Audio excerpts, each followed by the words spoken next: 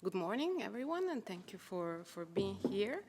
I'm representing as Randa said at the beginning, the e-commerce branch, and my presentation will specifically focus on the work of a small part of the e-commerce branch, which is within the e-trade initiative section, and its work is mainly on e-trade for women.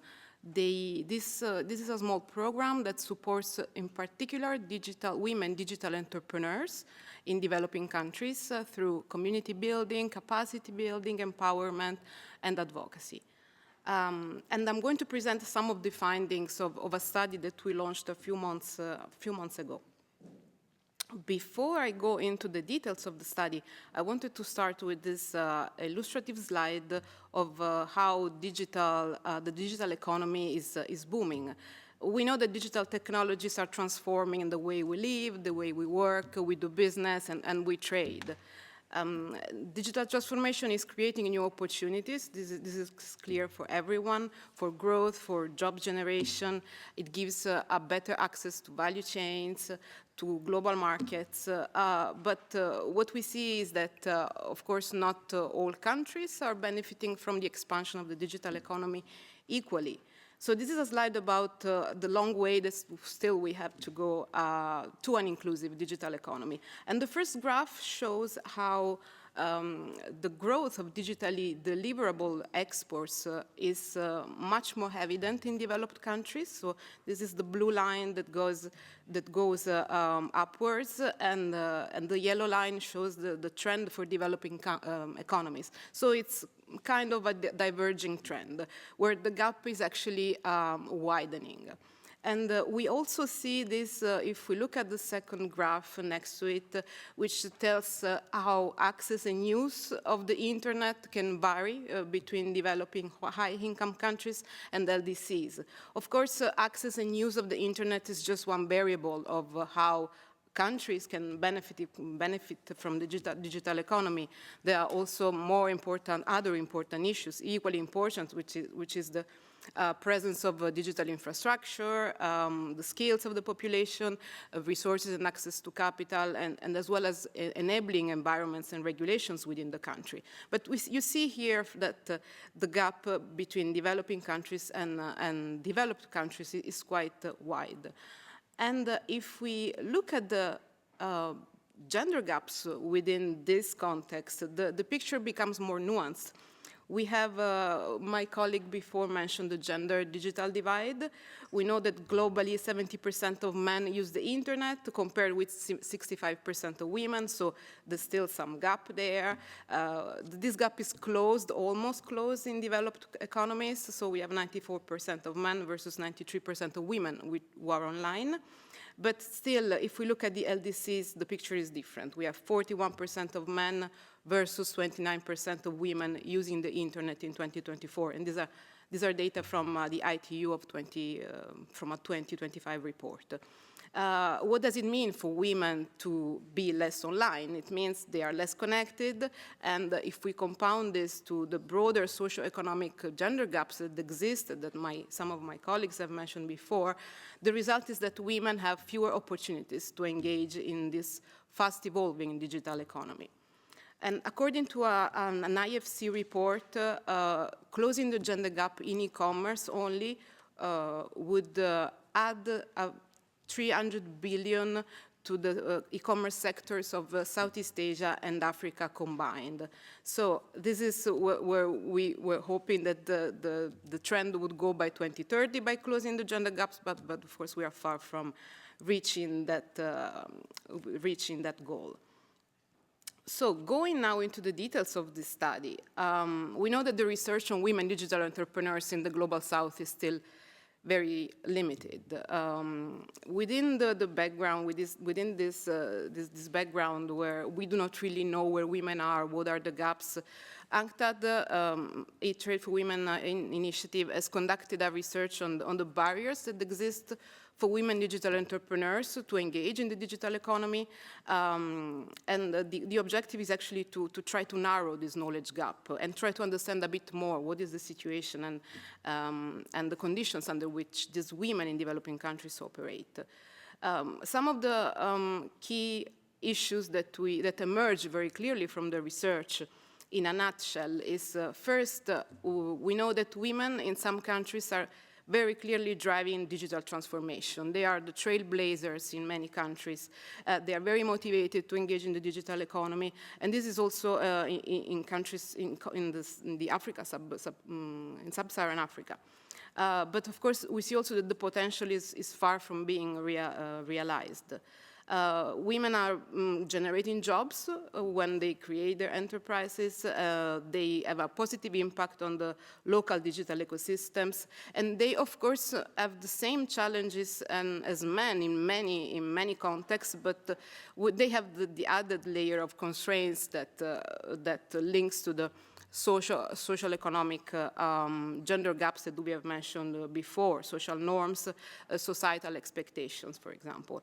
So what we learn from this research is that we need targeted measures that adapt as much as possible to the realities of women, which can be very different from those of men. So if we go into the details of this research, a few words on the data sample that we've used. We have surveyed 94% of women digital entrepreneurs that are part of our communities in 33 developing countries across several regions, Latin America, Balkans, the Sub-Saharan Africa, Southeast Asia, and the Pacific. And then we went deep into qualitative interviews specifically with representatives from African countries, 33 women in particular from 13 African countries. And the picture we draw of the businesses we have worked with is that they are mostly registered MSMEs, so we are not targeting informal sector, but we do know that the informal sector is huge, particularly in some countries. These are registered MSMEs led by women. They are mostly young businesses, so they've been 2 or 3 years in operation. They are small. They are very small in some cases, but they do employ a few other persons. They are up to 9 employees, and very often they are sole-founded. They operate in different sectors related to digital. We are still on digital entrepreneurs, so e-commerce, ICT services, digital marketing, but also fintech, health tech, and ed tech. The impact of it's very important to mention that most of this business we work with, they're clearly creating impacts on the societies and the communities where they operate. They create jobs, including for other women, and they really want to make a difference within their communities. And I will mention this in a bit. So what are the barriers that they have mentioned? What are the results of our surveys? Exports and markets. This is a clear barrier for women who are engaging in the digital economy as digital entrepreneurs. The findings show that many of them export, 60% of them export, but at very, very low levels. So mostly within the region to 2 or 4 countries. They cannot expand over that. Less than 1/4 of these businesses, less than 1/4 of the sales of these businesses come from foreign markets. In Latin America, we see the most relevant export hurdles, or at least this is what the survey, entrepreneurs from Latin America are reporting. And the common challenges we have seen are the lack of market information, the intense competition and from other larger businesses, the complexities of cross-border payments, but also the regulations to export and the simple procedures. The impacts, of course, of these barriers are the limited cross-border opportunities and the limited opportunities also to scale up their businesses, so which means less trade for these entrepreneurs. Then, not surprisingly, access to finance. It usually comes up as one of the main barriers across sectors, women entrepreneurs, women producers. It's access to finance what they mostly complain about. Because they do face liquidity constraints. They do not have capital to start their business. or to expand their business. So the 60% of the entrepreneurs we have surveyed really rely on personal savings, so they are bootstrapped.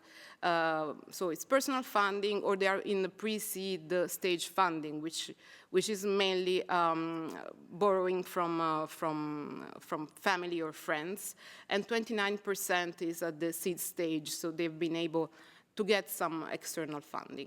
But none of them have been able to mobilize significant amount of funding from investors. So really the gap is in access to finance is still very present.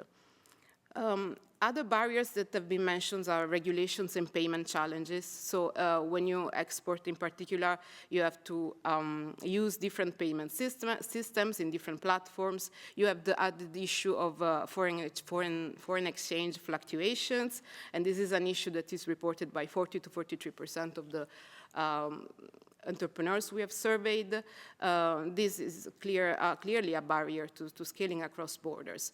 Then we have issues of data protection and compliance, which are the national laws that that need to be complied with if you want to do business in another country, digital business in another country, and this is a barrier for 38% of women. And then some of them also report issues related to intellectual property protection when they do business in other country. In terms of networks and support, this is an issue that is particularly evident in Asia and Sub-Saharan Africa. And women digital entrepreneurs found that they have limited mentorship, limited role models, or professional networks that they can leverage to grow. And then we have the issue that is ever present, which is underlying and systemic, unfortunately, but it's the gender norms and the work-life balance. Gender norms are still permeating our realities. My colleague who mentioned it at the beginning. We see that 73% of our respondents have dependents, and in Sub-Saharan Africa, 44% have more than 3 dependents. So there are social expectations for them to actually look after their families, engage more in reproductive activities than productive activities. So these gender norms may still constitute a barrier even for digital entrepreneurs who are trying to be more advanced. And the work-life balance is also an issue reported by more than half of our respondents. In particular, in Sub-Saharan Africa, almost 30% of them report pressures actually to conform to the traditional roles that the society is imposing on them, which leaves them less time and margin to engage in business activities. And if we go now to the findings of the interviews that we have conducted, the qualitative research that is part of this mixed method approach, the sample was, as I said at the beginning, 33 women digital entrepreneurs that were interviewed in Sub-Saharan Africa in particular, in 13 countries. And they were asked about the context in which they operate, how they perceived it, how they perceive their role as entrepreneurs, and how social expectation impact their entrepreneurial journey. And this chart, I think, is very illustrative of what their perceptions of 2 key enablers of the digital economy are. So one is digital infrastructure and the other one is entrepreneurial support. So this graph plots the perceptions. It's not an objective measurement. It's just how they perceive the environments in which they operate. So we see in the lightest shade of blue up, we see Kenya and Nigeria, which seem to be the front runners according to what the women are reporting. So they have very strong digital infrastructure, high levels of support for entrepreneurship, and entrepreneurs that come from these countries, they feel they are operating in an enabling environment, in an enabling ecosystem. Then we have Ghana, Namibia, Rwanda, and Tanzania, and they are also performing well, a bit low compared to Kenya and Nigeria. They have moderate to high digital quality and good entrepreneurial support. So these markets show significant potential to actually support and scaling up the support to women digital entrepreneurs. Then we have Cameroon, Senegal, and Uganda. They are in the middle, indicating that their digital ecosystems is still, and entrepreneurial ecosystems are still emerging. So connectivity and business support exists, but can be uneven. And then lower in the darkest shade of blue, we have Benin, Burundi, Ethiopia, and Mali. And this is where we have found the weakest perceptions of digital infrastructure and lower entrepreneurial support for women entrepreneurs. So they are clearly struggling to operate in these countries. So the overall message here is that there is an evident divide even within Africa, which is very interesting. So there are few front runners, but others are still remaining behind because of some of the issues that have been mentioned before. Can be access, use, can be infrastructure, digital infrastructure, or support for the entrepreneurs. And in this table, this is outlining more the social aspects of how women entrepreneurs operate, the social expectations that are shaping their entrepreneurial journeys. And what we find is that first, women are extremely motivated to help others. So it's a very important, I think it's a very interesting finding that they are interested they are, of course, starting a business because they want to have profit out of the business, but they also want to help others to succeed, the families, the community, the broader society. They want to leave an impact. They very often embody a strong will and resilience, so they do have added the layers of pressure because of the gender norms, social norms that we have mentioned. So they struggle to, they have to prove themselves that they have reached the same results that men counterparts have reached. So this adds more complexity to the role of digital entrepreneurs. They want to create impact over profit, which I think I mentioned before. For some of them, actually, impact comes before income, which is interesting. And we have cases of examples of some women who reported that they have turned down investments when they didn't align with the impact they intended to make for their own businesses. And then also the interest in scaling for community benefit. So they realize that maybe the local markets are not enough, they are too small, they don't allow them to expand and to create impact as much as they would like. So they wish they could engage in export and expand, but they still struggle and they face the barriers of expanding their business, as we mentioned before. So the bottom line of this is that women entrepreneurs in Africa, especially, is deeply purpose-driven. The journeys usually combine ambition with social transformation.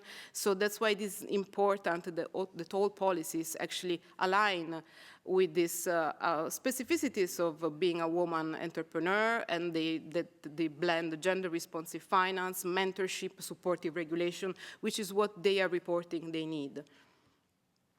And this is just a table showing the challenges that have been reported through the surveys, what could be the policy actions that are needed at the policy level. So broadly, we have, in terms of limited technology-related skills or cultural norms about women in businesses, we know that there's a need to promote digital upskilling and encourage more women into these emerging tech fields, but also in STEM. So at a younger age, it's important to encourage them to pursue this education, then providing mentorship, networks, and resources to women-led enterprises.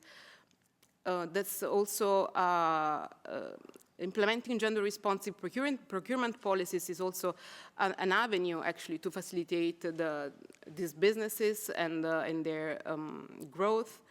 It's important also to improve data collection. This, as I said, is an effort that we have made to try to understand better and to try to gather some first-hand data on what the situation, the realities of women is. But we still need to do much more to investigate and collect data and conduct research.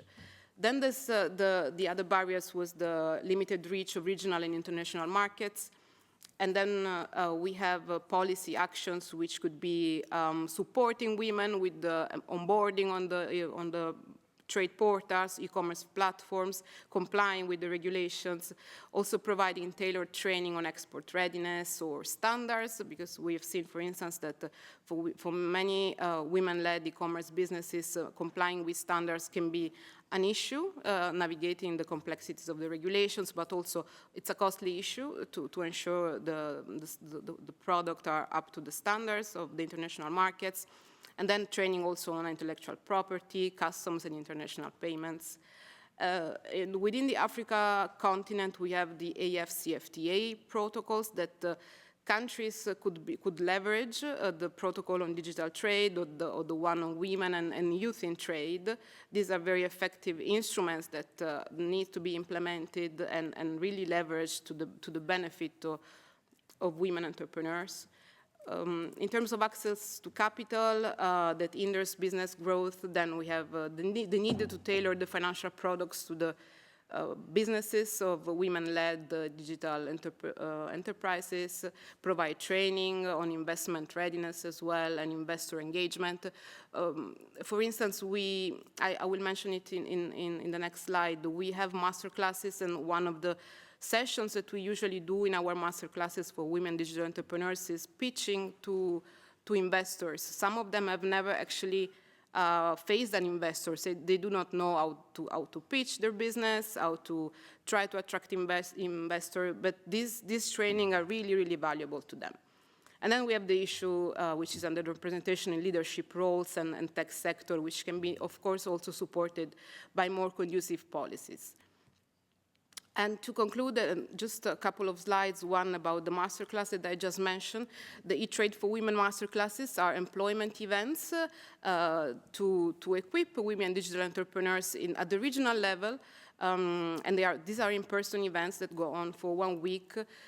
We provide the skills to women to thrive in this fast-changing digital landscape.